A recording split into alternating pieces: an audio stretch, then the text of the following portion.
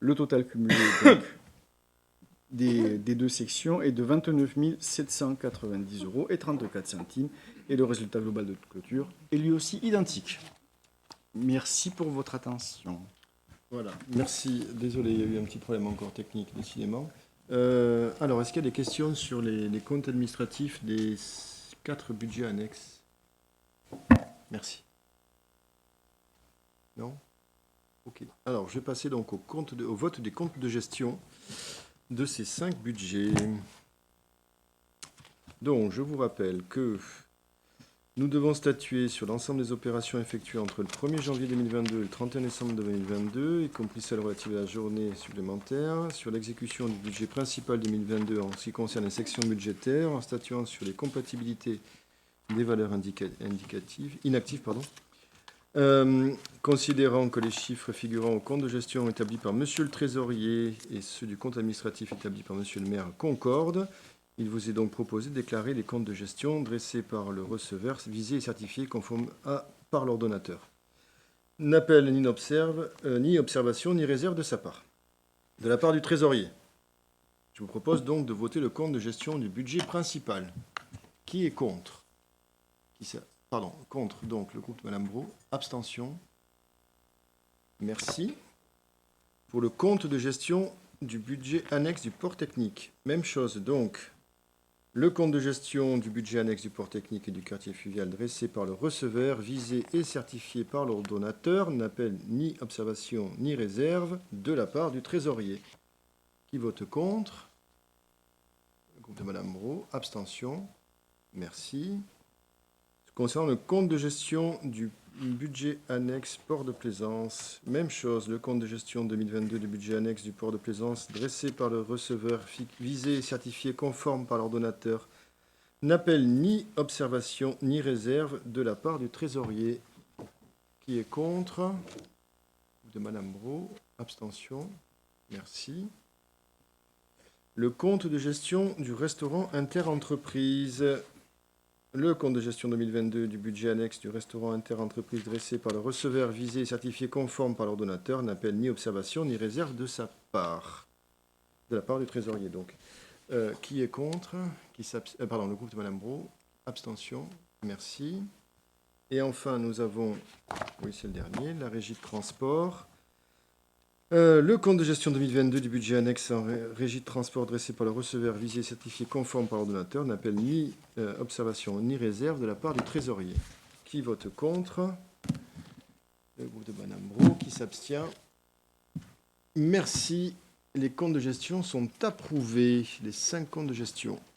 Je vais donc céder la présidence de l'Assemblée à Marie-Pierre Dost en sa qualité de première adjointe afin qu'elle puisse faire voter le compte administratif. Il faut attendre que je sois sorti.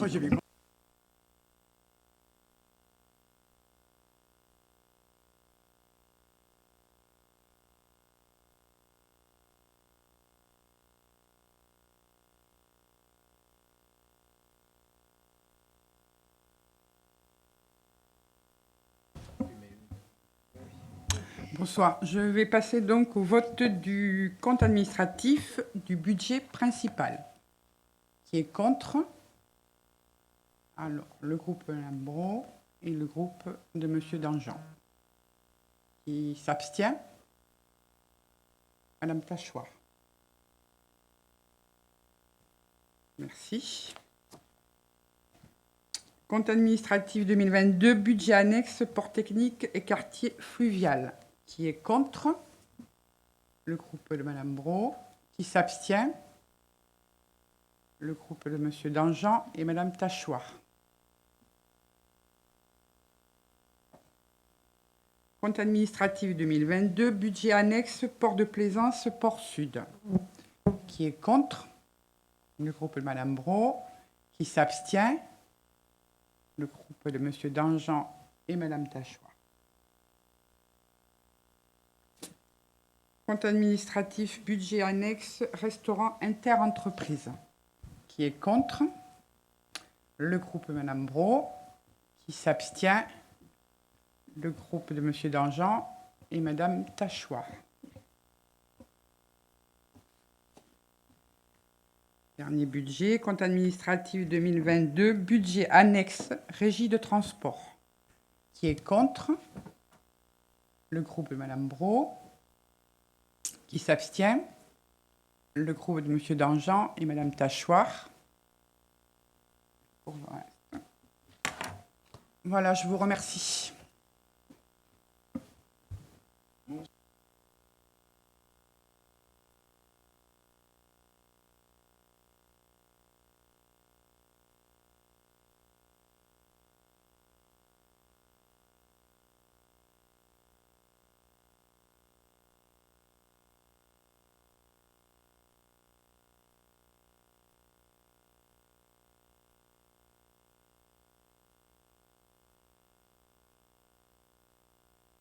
Merci, donc je reprends la présidence de l'Assemblée. Nous allons passer à la délibération numéro 13 concernant l'affectation des résultats. Pablo Arcet. Merci. Donc, ça fait partie donc, du cycle budgétaire. Une fois que les comptes de gestion et administratifs sont votés, il convient d'affecter les résultats. Si on ne le faisait pas, c'est un peu comme aller à Dieppe sans voir la mer, hein, comme disait Jean Gabin. Donc, en application donc, des articles du CGCT qui fixent les règles de l'affectation des résultats, il faut procéder donc à l'affectation des résultats de l'exercice 2022. L'arrêté des comptes est constitué par le vote des comptes de gestion et des comptes administratifs du budget principal et des budgets annexes. La délibération d'affectation de résultats intervient après la constatation des résultats, c'est-à-dire après le vote du compte administratif. Les résultats doivent être intégrés lors de la décision budgétaire qui suit le compte administratif.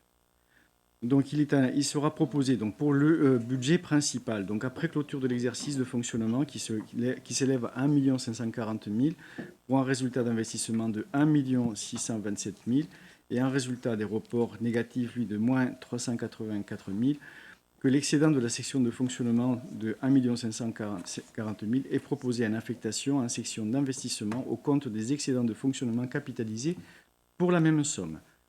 Pour le budget annexe du port technique, même chose. Donc, la clôture de l'exercice montre un résultat de fonctionnement cumulé de 39 926 pour un résultat des sections d'investissement de négatif de moins 26 367. Et il n'y a pas de report d'année précédente. Donc, cet excédent est proposé. Cet excédent de 39 926 est proposé en affectation en section d'investissement au compte des excédents de fonctionnement capitalisés pour 26 367 € et 3 centimes et en section de fonctionnement, un résultat de fonctionnement reporté pour 13 559. Sur le budget annexe du port de Plaisance, port sud, la clôture de l'exercice fait apparaître un résultat de fonctionnement cumulé qui s'élève à 34 942 pour un résultat d'investissement négatif, lui, de moins 7 774 €. Il n'y a pas de reprise des résultats de l'année précédente. Cet excédent est proposé en affectation en section d'investissement aux excédents de fonctionnement capitalisés pour 7 774 € et 23 centimes et en fonctionnement, en résultat de fonctionnement reporté pour 27 168 €. Sur le restaurant interentreprise, la clôture de l'excédent de fonctionnement cumulé s'élève à 158 835 et un résultat d'investissement de moins 19 564. Il n'y a pas de report de l'année précédente et cet excédent est proposé en affectation en investissement aux excédents de fonctionnement capitalisés pour 19 564 € et en fonctionnement dans le résultat des fonctionnements reportés pour 139 271 €.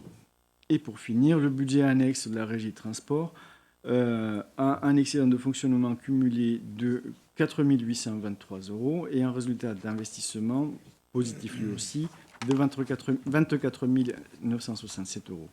Donc ces excédents de fonctionnement d'un montant de excédent de fonctionnement de 4 823 est proposé en affectation en section de fonctionnement dans les résultats des fonctionnements reportés pour la même somme.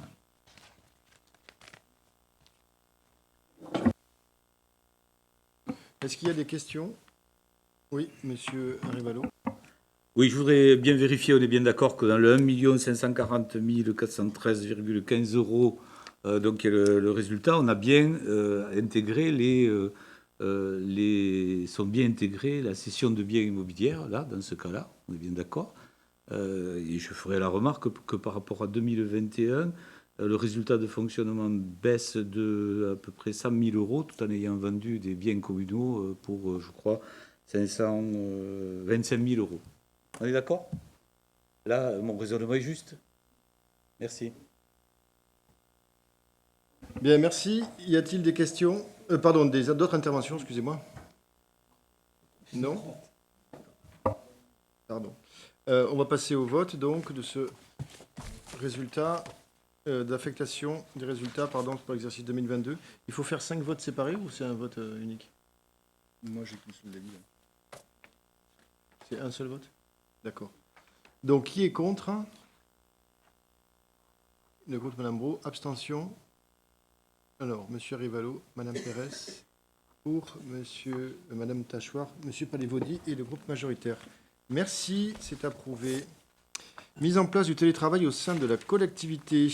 Donc, vous avez pu prendre connaissance de la charte de télétravail qui a été présentée notamment en CST, approuvée notamment par les représentants du personnel et par les élus, les représentants des élus, à l'unanimité d'ailleurs.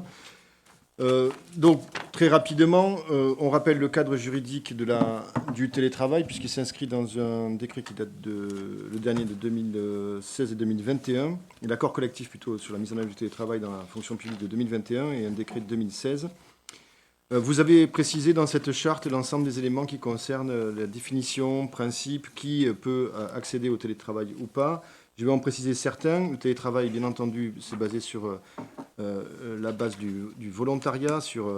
On parle de la question des usages des outils numériques, du droit à la déconnexion, où ça fait que ça fait beaucoup de débats. Les troubles musculo-squelettiques qui peuvent être impliqués, notamment dans ce qui concerne les équipements nécessaires aux agents pour pouvoir assurer le télétravail chez eux, puisqu'une partie est de la responsabilité de l'employeur et une autre de la responsabilité du télétravailleur, et en même temps avec un suivi de la médecine du travail notamment et de notre CST.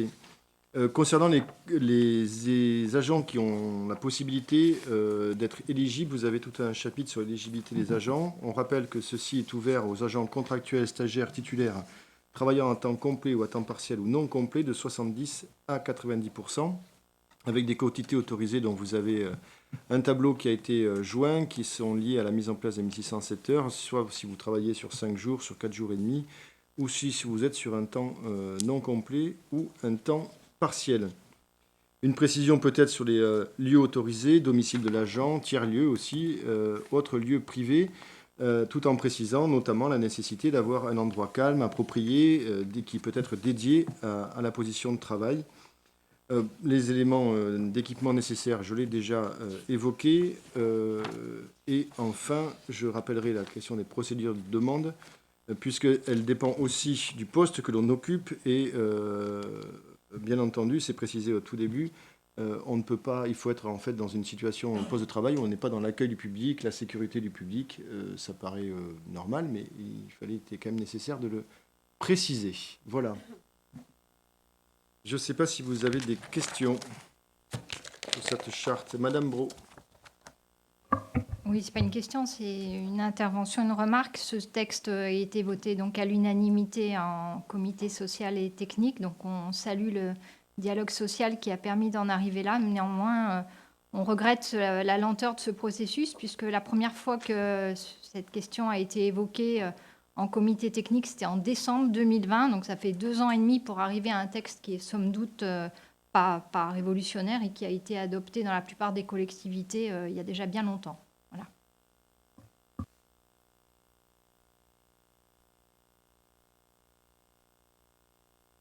Bien, merci. Vous savez, en matière de dialogue social, il faut parfois savoir prendre le temps. Il y en a d'autres, à d'autres niveaux, qui n'écoutent même pas.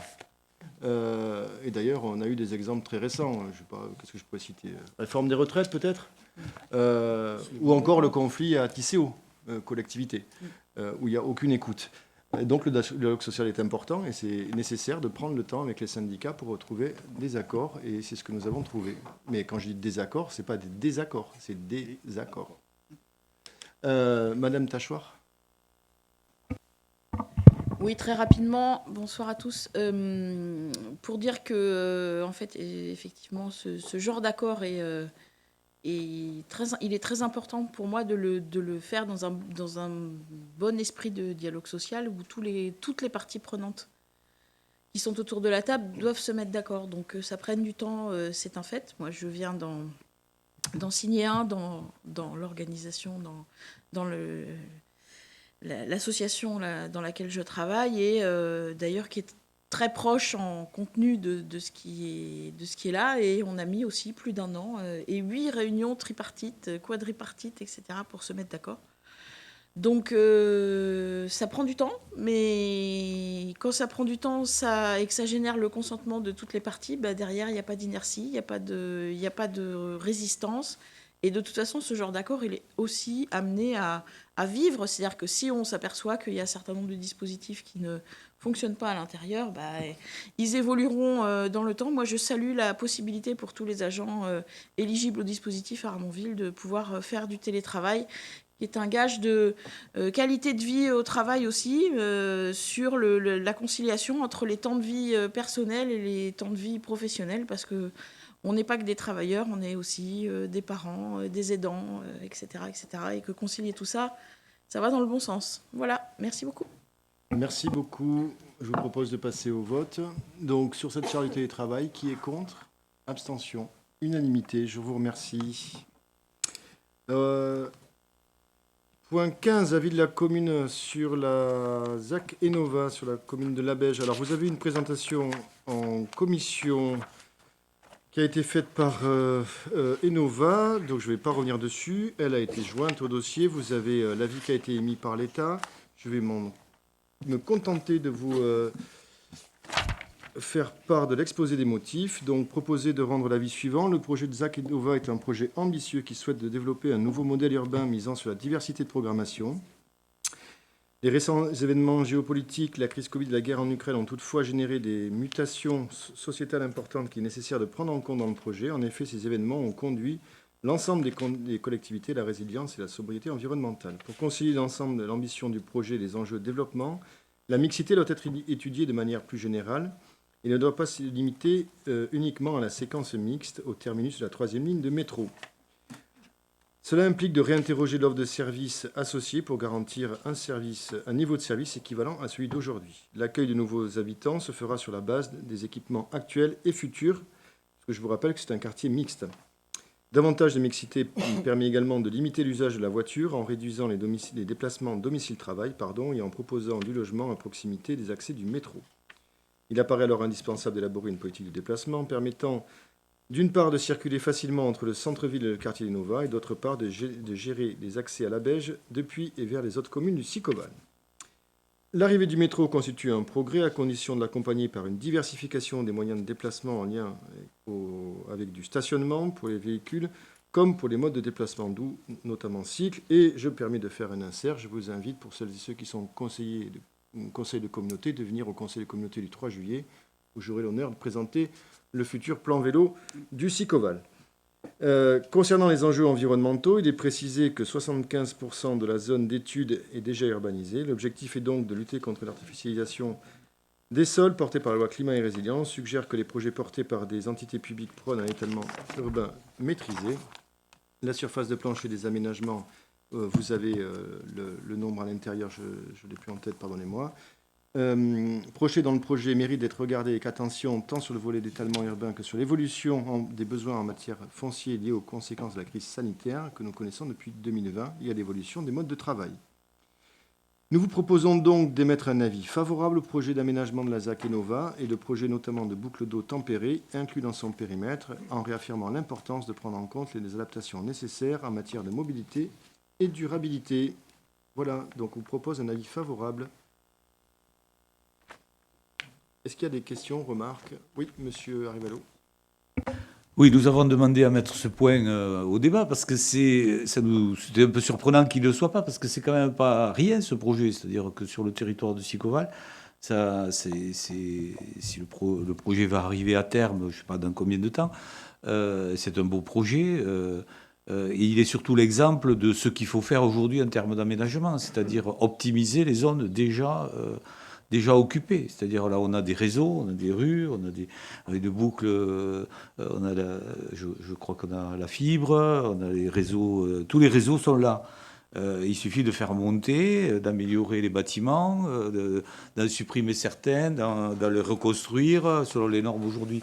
Donc ça, c'est la bonne chose qu'il faut faire. Et donc, on est totalement favorable à ça, parce que ça s'inscrit bien dans une logique d'optimisation des espaces. Mais en revanche, c'est un argument supplémentaire que nous devrions porter au débat tous ensemble sur le fait que, parce qu'on fait cette zone qui va être effectivement une zone relativement importante, y compris en termes de croissance économique et de richesse pour le Sicoval, vous avez bien compris où je veux en arriver, c'est-à-dire que ça doit nous amener à se dire que la zone du Rivel, elle, c'est totalement l'inverse. C'est-à-dire que cette zone de 120 hectares de terre agricole qui va être détruite, qui a d'ailleurs ça a commencé, est complètement inutile. Voilà, on n'en a pas besoin. On est en train de massacrer la terre agricole. C'est ce qu'on appelle des grands projets inutiles. On est trois élus ici à avoir voté contre au Sicoval. On regrette que des membres de la majorité municipale, qui pourtant déclarent être sur une sensibilité écologiste, etc., votent pour ce projet. Et donc on devrait aujourd'hui, tous collectivement, se ressaisir par rapport à cette capacité que nous avons à encore continuer à faire des choses qui sont complètement inutiles. Mais ça va donner, peut-être, si je peux me permettre l'expression, du grain à moudre au nouveau soulèvement de la terre, enfin, que était dissous, mais il va se reconstruire d'une autre manière. On va arriver à ça. Et je vais saisir un peu la tentative d'intervention de Sylvie tout à l'heure.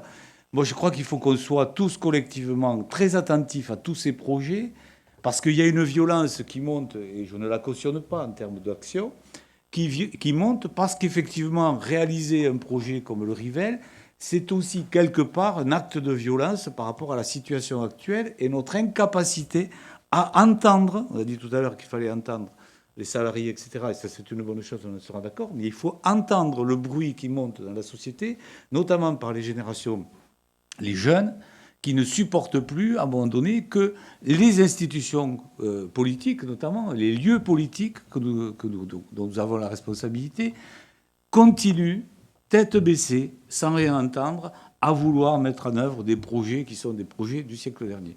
Voilà, et donc je regrette que dans ce conseil municipal, nous soyons que 3 à nous positionner contre ce projet du Rivel, qui, je crois, va amener beaucoup plus de problèmes qu'il ne va de résoudre de solutions pour le Sicoval. Je vous remercie pour votre écoute. Merci. Donc, je comprends que vous approuvez le débat d'aujourd'hui qui est sur la ZAC Enova. Merci. Donc, je vais passer au vote. Qui est contre? Qui s'abstient? Unanimité. Merci. La 16...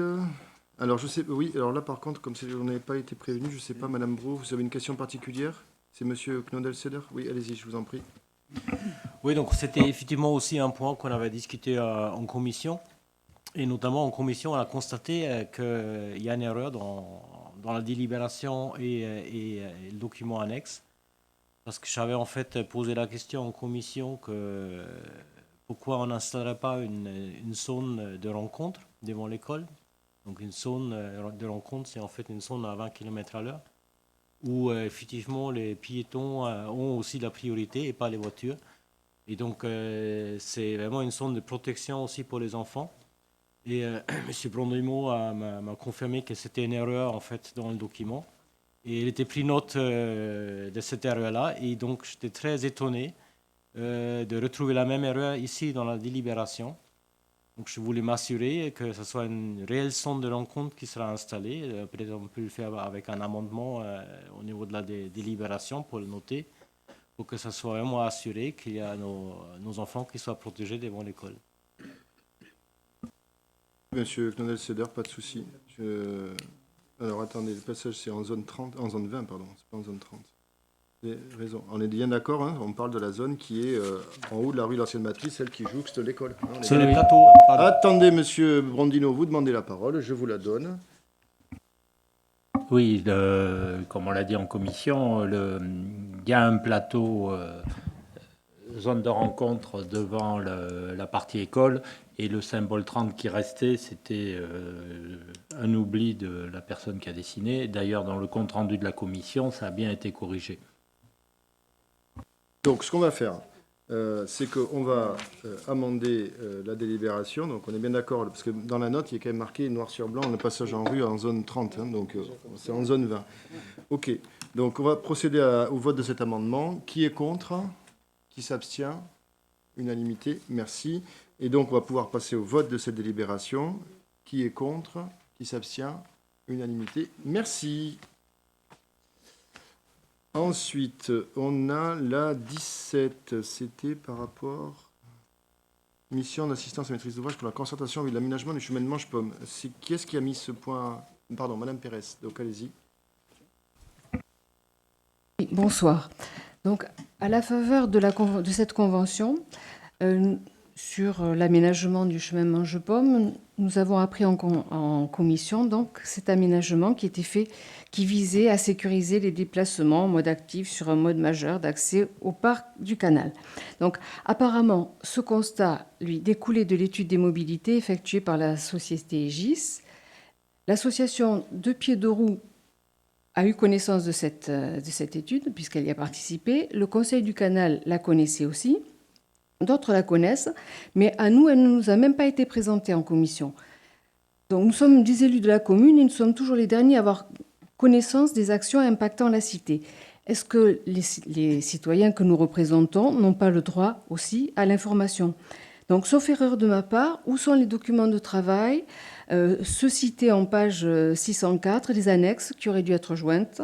Quelles sont les conclusions aussi de cette étude? Quel est le coût estimé des travaux? Parce qu'après cette étude de concertation, il doit y avoir des travaux si elle est fructueuse. Donc, quel est le coût des travaux, le coût du déplacement des réseaux?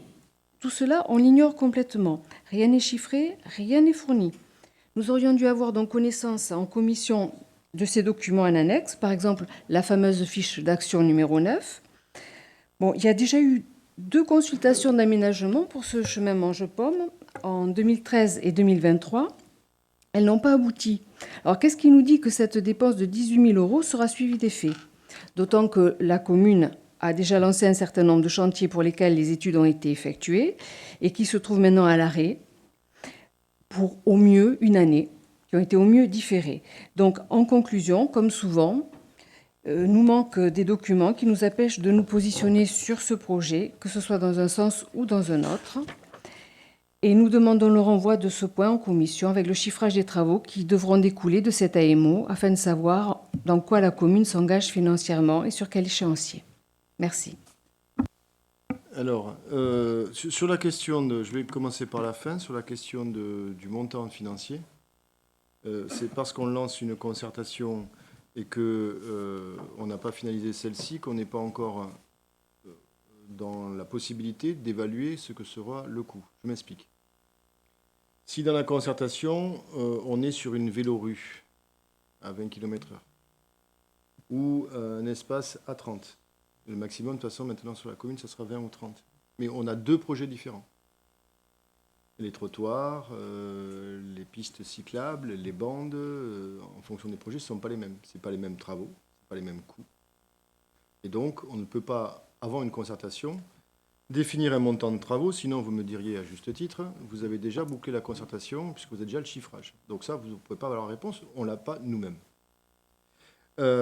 Donc le principe de la concertation, il est justement d'arriver à concilier les objectifs de la collectivité en termes de mode de déplacement doux, de modes actifs, avec les riverains notamment, puisque ce chemin, l'objectif de la collectivité, vous le savez, c'est lié au projet de la ZAC du canal, c'est d'en faire un espace qui ne soit plus l'espace privilégié accessible à la ferme des 50 en voiture. Donc pour apaiser le chemin de Manche-Pomme notamment, mais on a quand même des discussions à avoir avec les riverains puisque se pose la question de leur stationnement, etc., etc. Donc on a la concertation à faire. Voilà, donc là-dessus, si vous attendiez un chiffrage pour pouvoir voter sur la concertation, vu que le chiffrage sera issu de la concertation, effectivement, vous ne pouvez ne pas le voter. Si c'est par rapport à la présentation, effectivement, en commission, J'avoue que ça aurait dû être fait. Donc, dans ce cas-là, ça va être fait par Divine et Simba. Mais sur les modalités de concertation qu'on passe avec le SICOVAL, ça sera de toute façon les modalités qu'on a discutées avec le SICOVAL. C'est-à-dire on est sur un financement, un cofinancement d'une concertation. D'ailleurs, c'est un des points qu'on va aussi évoquer le 3 juillet prochain. Donc, tu le présenteras. Voilà.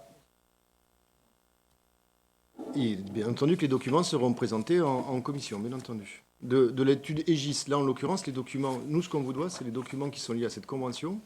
Et en l'occurrence, voilà, vous avez la convention. Voilà. Mais ils vous seront présentés en... Hein, il faut que je le fasse. Bien.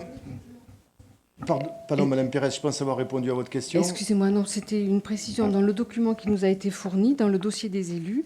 Donc, annexe, document issu de l'étude des mobilités, schéma directeur, fiche action 9, notice d'aménagement 2013 et plan projet piste bidirectionnel 2022. Voilà, ce sont les documents qui manquent. Mais j'ai entendu votre remarque. Après, vous faites le vote que vous le souhaitez. Il n'y a pas de souci. Voilà. Et je vous indique que ça sera présenté en commission et ça devait être fait et ça n'a pas été fait. Effectivement. Je ne peux pas vous dire. Bien, je passe au vote. Qui est contre? Qui s'abstient? Unanimité. Merci. Le recours au contrat d'apprentissage. Il y avait une question. C'était Madame Brault. Oui, alors quand les choses vont dans le bon sens, il faut le dire. Notre groupe se félicite de l'ouverture des contrats d'apprentissage dans la collectivité. À titre personnel, moi, je suis responsable d'une formation en apprentissage et donc je mesure parfaitement les avantages qu'il y a pour ce type de contrat, à la fois pour l'apprenti, pour l'entreprise de la collectivité et puis pour l'organisme de formation. Je regrette toutefois qu'en commission, mes collègues n'aient pas su expliquer que... Voilà, l'intérêt pour la collectivité soit réfugié derrière c'est la volonté de participer à l'effort collectif sur l'apprentissage. En réalité, pour la collectivité, il s'agit bien d'attirer des jeunes vers des postes en prévision soit de départ à la retraite, soit de postes qui sont non pourvus. Et ça permet aussi à la collectivité de tester l'apprenti sur la durée du contrat. Et du coup, notre question, elle est toute simple, c'est est-ce que vous envisagez d'ouvrir d'autres contrats d'apprentissage dans d'autres services? Bon, écoutez, là, je pense que la délibération sur les objectifs politiques de la collectivité est très claire. Il n'y en a pas qu'un seul. Je vais les reprendre. Il y en a 4 et comme on a du temps, je ne vais pas hésiter. Développer un outil de gestion prévisionnelle des emplois, des effectifs et des compétences pour anticiper les départs à la retraite. Je pense que ça répond à votre question. Envisager un nouveau mode de recrutement facilitant l'intégration dans la fonction publique territoriale après une période test pour l'employeur comme pour l'apprenti. Je pense que ça répond à votre question. Créer des opportunités d'échange de connaissances entre l'apprenti et les agents. Ça, vous ne l'avez pas posé, mais nous, on le rajoute. Participer à l'insertion professionnelle des jeunes en les formant à de nombreux diplômes, du CAP au master, en passant par le diplôme d'ingénieur. Voilà, ça aussi, vous ne l'aviez pas évoqué. Mais donc, les objectifs politiques de la collectivité, ils sont posés dans le contrat d'apprentissage, et on est d'accord. Mais d'ailleurs, vous venez de les évoquer, c'est exactement les mêmes. On va un peu plus loin, mais c'est exactement les mêmes que ceux qui ont été évoqués. Hein. Il y a pas, pour nous, il n'y a pas de difficulté. Donc, voilà. Oui, Madame Brault. Ma question, c'est est-ce que vous envisagez d'ouvrir d'autres contrats d'apprentissage dans d'autres services? C'est ça ma question. C'est possible, mais pour l'instant, je ne peux pas vous répondre. C'est possible. Je ne dis oui ni oui ni non. Monsieur Arevalo. Oui, moi je vais dire que c'est une très bonne chose d'aller dans la prise en compte de la question de l'apprentissage. Voilà, ça n'a pas été toujours le cas ici dans la commune. Il y a plusieurs années, il y avait une réserve et donc c'est plutôt une bonne chose que d'aller dans ce sens. Merci. Merci. Alors, je vous propose donc de passer à l'approbation. Qui est contre? Qui s'abstient? Unanimité, merci. Ensuite, nous allons passer au vote des délibérations suivantes. Alors, je commence par la 18. Classement dans le domaine public des parcelles cadastrées AP de... Bon, vous me ferez grâce des chiffres. Hein. Rue de Catalogne et 5 avenue Latécoère. Qui est contre? Qui s'abstient? Unanimité, merci. Rétrocession de place de parking sur le projet d'aménagement de Marnac. Qui est contre? Qui s'abstient? Unanimité, merci. Une convention de servitude avec les époux rapport concernant sur la rue du Bac. Qui est contre? Qui s'abstient? Unanimité, merci. Suppression, création de poste d'assistant administratif à la vie associative. Qui est contre? Qui s'abstient? Unanimité, merci. Suppression, création de poste et coordonnateur à la haie. Qui est contre? Qui s'abstient? Unanimité, merci. Suppression, création de poste directeur de la médiathèque. Qui est contre? Qui s'abstient? Unanimité, merci. Suppression, création de poste et directeur adjoint de la médiathèque. Cette fois, qui est contre? Qui s'abstient? Unanimité, merci. Question, voilà. Il y a pas, questions diverses. Madame Brault. Oui, merci. Donc en fait, je souhaitais, à l'occasion de l'élection de Madame Benradi, revenir sur les violences envers les élus qui se multiplient en ce moment. Donc pas plus tard qu'hier soir, le maire de Toulouse a été pris à partie avec certains de ses élus par des jets de bouteilles et nous condamnons fermement ces actes. Je sais que votre mouvement a condamné les violences contre le maire de Saint-Brévin qui provenaient de l'extrême droite et on souhaiterait que vous condamniez clairement les violences contre le maire de Toulouse qui proviennent de l'ultra-gauche parce que quand on refuse de condamner, ça génère le doute et les ambiguïtés. Et pour aller plus loin, on vous proposera même au prochain conseil municipal de voter un texte commun sur ce sujet-là. Thierry Chenin.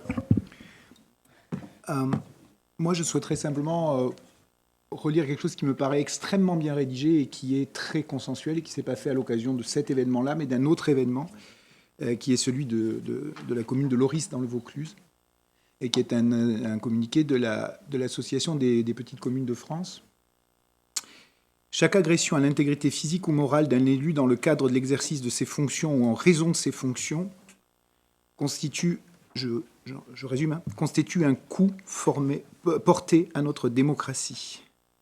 Et donc, dans la suite du texte, il est indiqué qu'il faut être extrêmement ferme dans l'appel au respect de la loi et à la sanction et à la responsabilité pénale.